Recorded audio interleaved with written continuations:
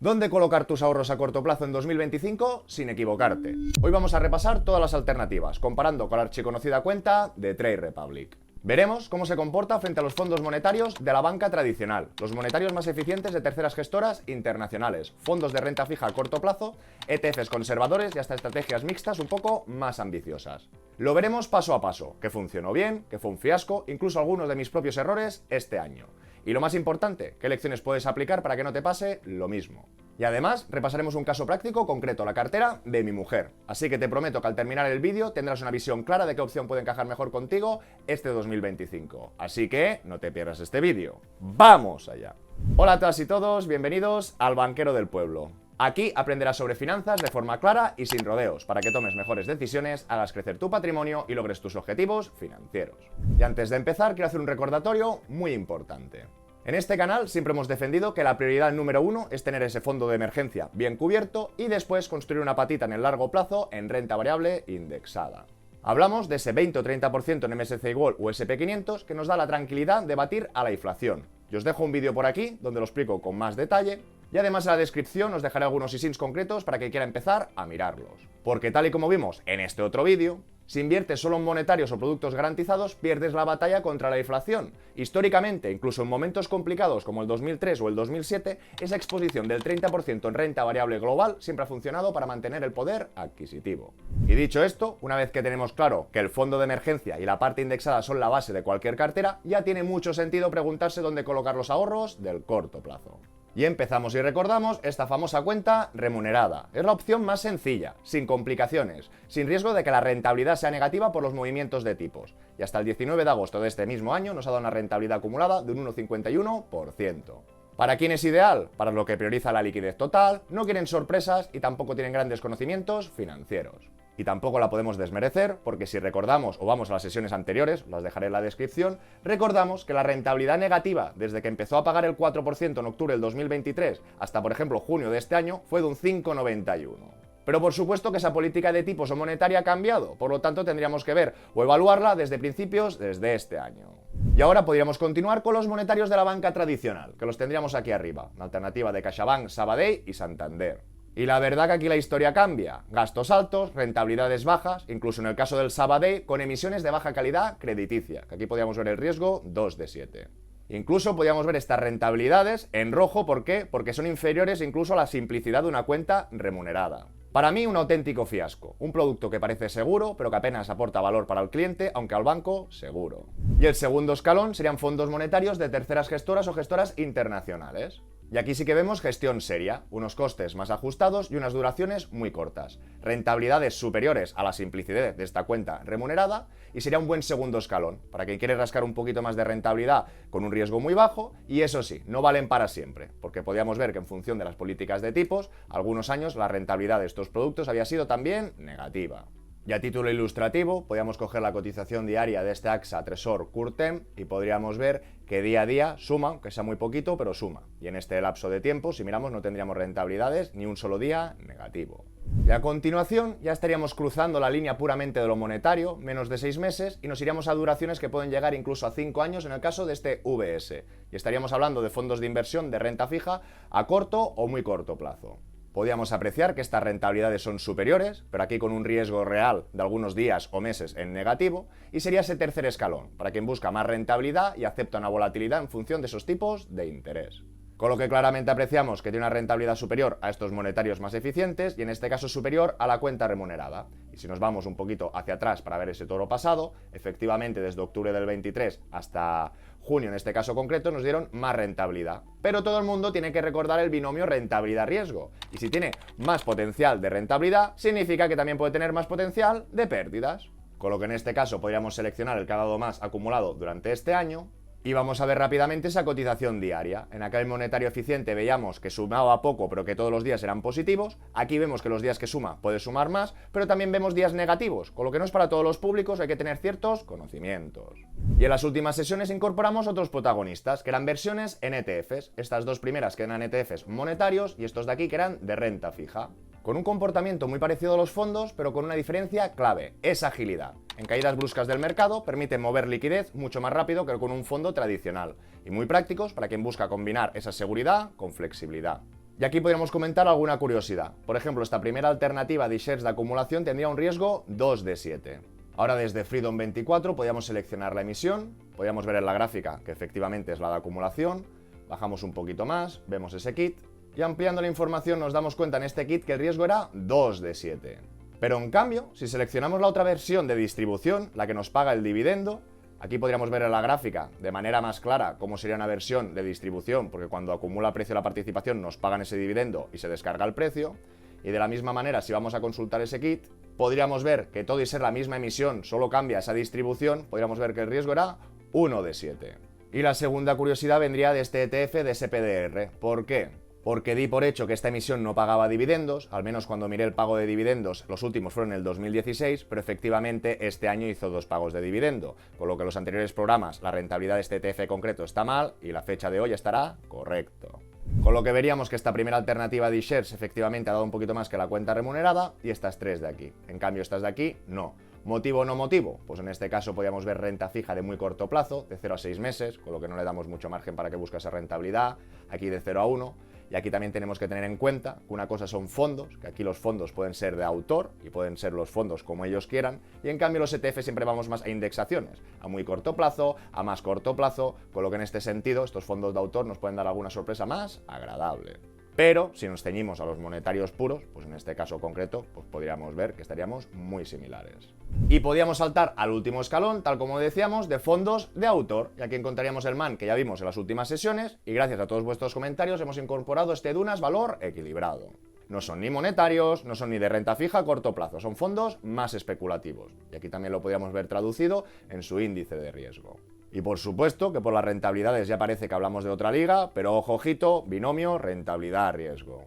Podríamos ver este MAN, que se constituyó a mediados del 2022, estaríamos hablando de una estrategia flexible de bonos y en este caso con euro cubierto, con lo que si tiene emisiones americanas que nos pagan más tipos de interés en dólares y tiene el euro cubierto, toda esta apreciación de este año del euro no la había afectado de manera negativa, si en este caso positiva porque cobras esos intereses y si se aprecia el euro tampoco pierde en exceso. Y si vamos a cartera, vamos a ver esa calidad crediticia, porque como hemos dicho no hay duros a 4 pesetas, y nos damos cuenta que el mayor peso de este fondo está en calidad crediticia B, no en alta calidad crediticia, en media o en baja. A la vez podríamos ver que tiene bastante peso corporativo, poco público y algo de derivados, y si viéramos pues sus primeras posiciones, veríamos pues que esas 10 posiciones pesan un 18%, y aquí veríamos emisiones, como decíamos, americanas en dólares, y como está cubierto, de momento se está aprovechando de forma positiva. Y por supuesto que el calendario de vencimientos también es distinto. No estamos hablando de un monetario de menos de 6 meses o esa renta fija a corto plazo de 1 a 3 años. Aquí podríamos ver pues, que tiene bastante peso, un 15% en emisiones de 5 a 7, del 7 a 10, es decir, que esto no es a muy corto plazo y es volátil. Y por otro lado podríamos seguir con este Dunas valor equilibrado. En este sentido, de la misma manera que el fondo estaba ganando al índice, aquí se creó un poquito antes en 2018 y vemos que ha estado mejor y peor y últimamente mejor. Y a diferencia del otro, que era una multiestrategia solo de bonos, aquí vemos que es multiestrategia. Con lo que volviendo a cartera a ver ese desglose o a ver qué tiene dentro, ya vemos que a diferencia de todos los anteriores, este sí que tiene una parte en renta variable. Y a mí personalmente ya no me gusta porque me gusta polarizarla más. En este caso tenemos una mezcla, tenemos un poco de renta variable, un poquito de renta fija. Si miramos el desglose de bonos, también podríamos ver que esa temporalidad se alarga un poco, no estamos hablando de todo a muy corto plazo, en este caso hablaríamos más de un medio plazo. Y si bajamos a ver esas posiciones, en este caso presenta un poquito más de concentración, antes eran 18 valores que eran las 10 posiciones, aquí 13, y aquí podríamos ver pues, que tenemos algún derivado de bonos de Italia o de Reino Unido, o en este caso que parece que son acciones concretas. Y sobre la calidad crediticia de esos bonos, más de lo mismo. En el propio folleto la CNMV, este fondo puede invertir un porcentaje del 100% en emisiones de renta fija de baja calidad crediticia, por lo que tiene un riesgo de crédito muy elevado. Con lo que ya tendríamos el repaso de todos estos protagonistas o pretendientes, la simplicidad de esta cuenta remunerada, monetarios de banca tradicional, altas comisiones, poca rentabilidad, monetarios más eficientes, también veríamos algunos ETFs a corto plazo también eficientes, cruzando un poco la línea con esa renta fija de ese corto a medio plazo vemos también algo de rentabilidades más suculentas y luego ya con estrategias o multiestrategias más ambiciosas que nos han dado más rentabilidad pero que tampoco nos exime de riesgos. Lo que sí que podemos ver que igual que los rankings anteriores, por ejemplo, cuando nos íbamos de octubre del 23 a junio del 25, estas rentabilidades acumuladas eran suculentas, insisto, porque esa subida de tipos, ese 4% que nos pagaba esta cuenta desde octubre del 2023 duró bastante. Ahora nuestra política monetaria o los tipos actuales mensuales son muy diferentes y podríamos ver que la rentabilidad acumulada de este año, que ya ha pasado más de medio año, es mucho más pobre. Y viendo un poquito los movimientos que ha pasado las últimas decisiones de tipos o la última decisión, tendremos otra imagen. En este sentido veríamos lo que nos ha dado la cuenta remunerada y en los otros veremos si nos ha dado mejor o peor. ¿Qué os quiero decir? Pues que desde la última sesión a la última bajada de tipos o que de la última sesión a la actualidad, en este caso concreto el que nos habría aportado más valor sería de la mano de Man y la segunda alternativa este de Amundi. Y luego podríamos ver un poco de empate en el Neuberger Berman o en este de VS. Que no, que queremos la simplicidad de la cuenta arañando un poquito más de rentabilidad. Pues en este caso concreto tendríamos estas alternativas de renta 4. ¿Por qué? Porque nos ha dado un poquito más que esta cuenta y estaríamos dentro de la parte de los monetarios. También me gustaría esta alternativa de iShares porque nos ha dado más que la cuenta remunerada y también es conservador. Y por otro lado, este Pinco, que es un poquito más de medio plazo, pero también vemos que está justo en el límite y que tendría unos datos bastante medidos. Sí que la última sesión comentamos que tenía casi el doble de volatilidad, ¿dónde está el PIMCO? Aquí, que estas alternativas, pero sí que vemos que se estaría comportando correctamente. Y como de costumbre, más vale una imagen que 1000 palabras, y he preparado una pequeña comparativa con lo que sería un monetario puro, este Groupama Tresorería, y después con las otras alternativas de renta fija a corto plazo, de la mano de Neuberger y de Amundi, y estos un poquito más ambiciosos, un poquito más volátiles. Si subimos arriba, ¿qué nos damos cuenta? Pues veremos un poquito la diferencia de comportamiento. El que realmente es un monetario, nos protege, nos da un poquito más que la cuenta, serán estos monetarios de terceras gestoras, que podéis ver que casi es una línea recta. Y en los otros, pues tenemos bastante volatilidad, que si miramos el resultado del último año, pues efectivamente, veríamos a Toro Pasado, que este Mans nos ha dado mucho, luego la Mundi, el Neuberger, el Dunas y después este Groupama Tresorería. Pero, por ejemplo, si nos vamos a los últimos 3 años, pues volveremos a ver que el menos rentable en este caso ha sido el monetario, pero es el que tendría un comportamiento más estático, más rectilíneo, lo podemos prever, y en cambio las otras alternativas pues son bastante más volátiles. Incluso cuando vienen las bajadas o subidas de bolsa, aumentan o aumenta ese riesgo, pues como en principio estas emisiones ya no están a muy corto plazo, que están un poquito más, pues pueden, por esa volatilidad se mueven. Al moverse, pues podemos ver nuestro resultado, nuestras posiciones, insisto, en negativo. Como acabamos de ver esos extremos, desde la liquidez pura de una cuenta remunerada hasta fondos de autor mucho más arriesgados, y cada escalón tiene su lugar. La clave no es solo la rentabilidad, sino saber qué objetivo tienes con ese dinero, si lo quieres disponible mañana o si puedes aguantar volatilidad a cambio de más rendimiento. Vistas todas las alternativas y sus riesgos, surge la pregunta: ¿cómo usamos esto en la práctica cuando el mercado cae de golpe? Todos recordamos las caídas de abril, esos lunes negros en los mercados que se desploman de golpe. Si tenías solo fondos de inversión estáticos, lo más probable es que vieras cómo se escapaba la oportunidad de comprar barato. Por eso mi forma de prepararme combina dos piezas: mantener liquidez en cuenta, monetarios o si me quiero arriesgar un poquito más en esas multiestrategias, y al mismo tiempo ETFs conservadores, porque me permiten moverme rápido en cuanto hay caídas en el mercado, sin esperar días de reembolso como en los fondos. Y claro, para que esta estrategia de liquidez funcione de verdad, necesitas un broker que te permita operar con ETFs de forma ágil y segura.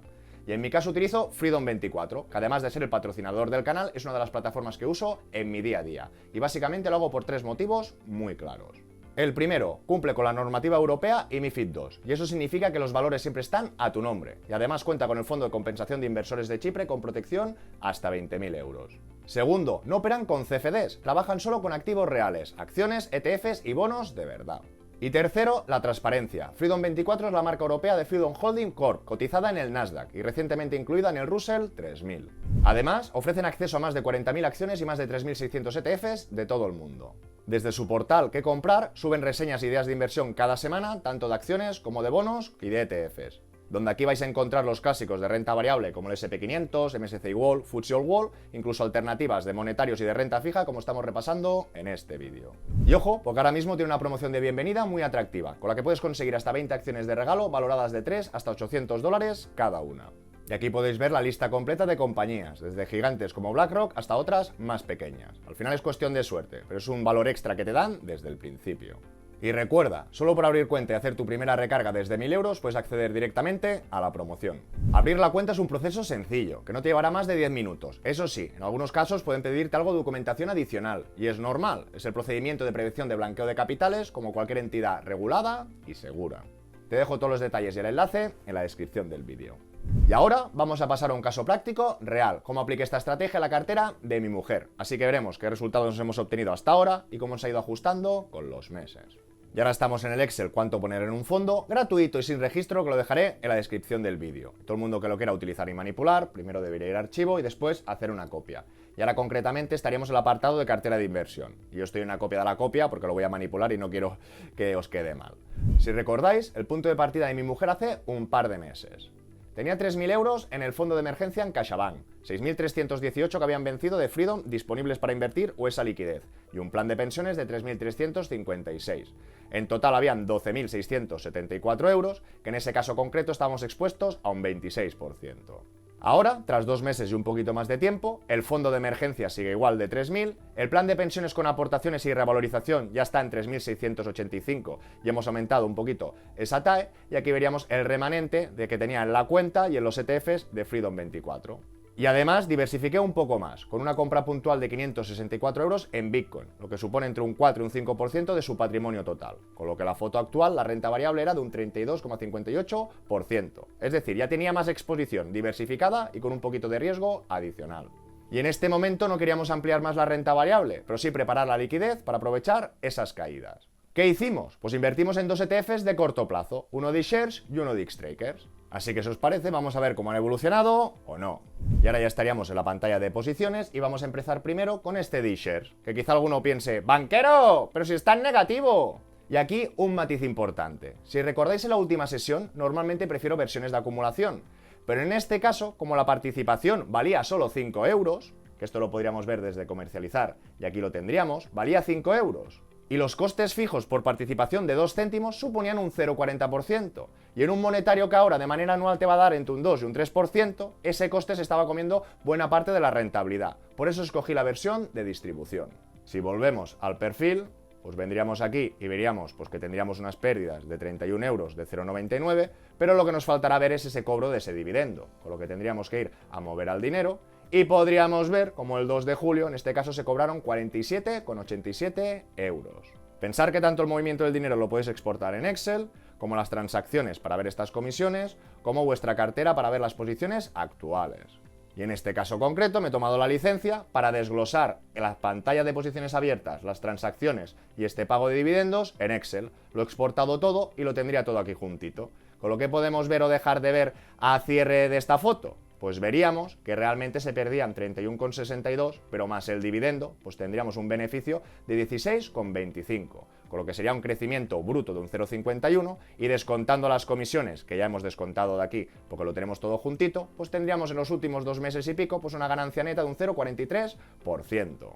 Por otro lado, pues podríamos apreciar la volatilidad de Bitcoin. Cuando cerré esto en el viernes, pues teníamos un resultado, una ganancia de 26,51, que era una ganancia de un 4,90, pero en cambio, si miramos hoy, pues vemos que la ganancia solo es de 9. Pero sí que nos damos cuenta que estas posiciones más estáticas, pues sí que evolucionan poco a poco. Aquí en esta foto tenemos 8,29, que de los últimos 2 meses hemos ganado un 0,40, y efectivamente, pues de un día para otro esta posición nos ha movido, y aquí incorporando esas comisiones, pues tendríamos un resultado neto de un 0,30%. Por lo tanto, el objetivo de esta primera inversión del iShares en algo conservador, que ha sido de distribución, no acumulación por un tema de costes, de momento, ¿cómo ha sido? Positivo. Y ahora vamos con el segundo, el de Xtrackers. Si recordáis la comparativa que hicimos del último vídeo, os dije que me gustaban las alternativas de este de iShares y el de Pinko. Y al final cogí el de Xtrackers por ser más conservador. Pues ahora vemos que a toro pasado el Pinko habría sido mejor. Nos podríamos ir a mano derecha para ver concretamente desde hace 2 meses qué resultado nos han dado o no. Vemos el de iShares 0,55 por encima de esta cuenta remunerada, perfecto. Vemos el Pinko, que efectivamente ha dado más que esa cuenta remunerada y muy cerquita del iShares, pero vemos pues que en este caso me equivoqué cogiendo este Xtrackers, que es más conservador, pero nos ha dado menos que la cuenta. Sí que vemos que en el Xtrackers no hemos perdido, pero lo que hemos visto, podemos haber ganado un poquito más. Y aquí un error de novato, muchos dirán, pues bueno, banquero, ¿por qué no lo cambias? Y aquí todo el mundo tiene que tener conciencia de su operativa, de sus comisiones y de lo que está haciendo o dejando de hacer. Reflexionar. Pensar que si vendo y vuelvo a entrar en otro ETF, solo por comisiones ya perdería casi todo lo ganado. Y es un error típico de novato, que es perseguir el ganador del pasado. La estrategia correcta a veces es mantener, porque la función de este ETF no es batir el mercado, sino darme agilidad para entrar rápido cuando llegue la oportunidad. Traducido, que si nosotros nos vamos a transacciones, nos daremos cuenta que comprar este ETF me costó 2,28. Si nosotros ahora mismo estamos ganando 8 euros y volvemos a vender, hemos perdido casi 5, ganaríamos 3. Y si tenemos que volver a hacer la compra de otro ETF, si perdemos otros 2 euros y pico, pues estos 8 euros se esfumarían. Con lo que en este caso concreto más vale dejarlo, aunque sepamos que tendría que haber elegido el pinco, pero ¿qué estamos haciendo? Remunerar el saldo un poquito más que si estuviera a cero y tener esa flexibilidad o agilidad. Y esto, disculpar que insista, es lo más importante. No se trata de adivinar cuál es el ETF perfecto, sino de tener una estrategia clara. Somos conscientes de que la rentabilidad real viene de la renta variable a largo plazo. Y aquí, en cambio, lo que buscamos es colocar la liquidez, rentar un poco más gracias a esos tipos actuales y mantener la flexibilidad para movernos rápidos si hay caídas. En resumen, si quieres liquidez y cero complicaciones, la cuenta remunerada.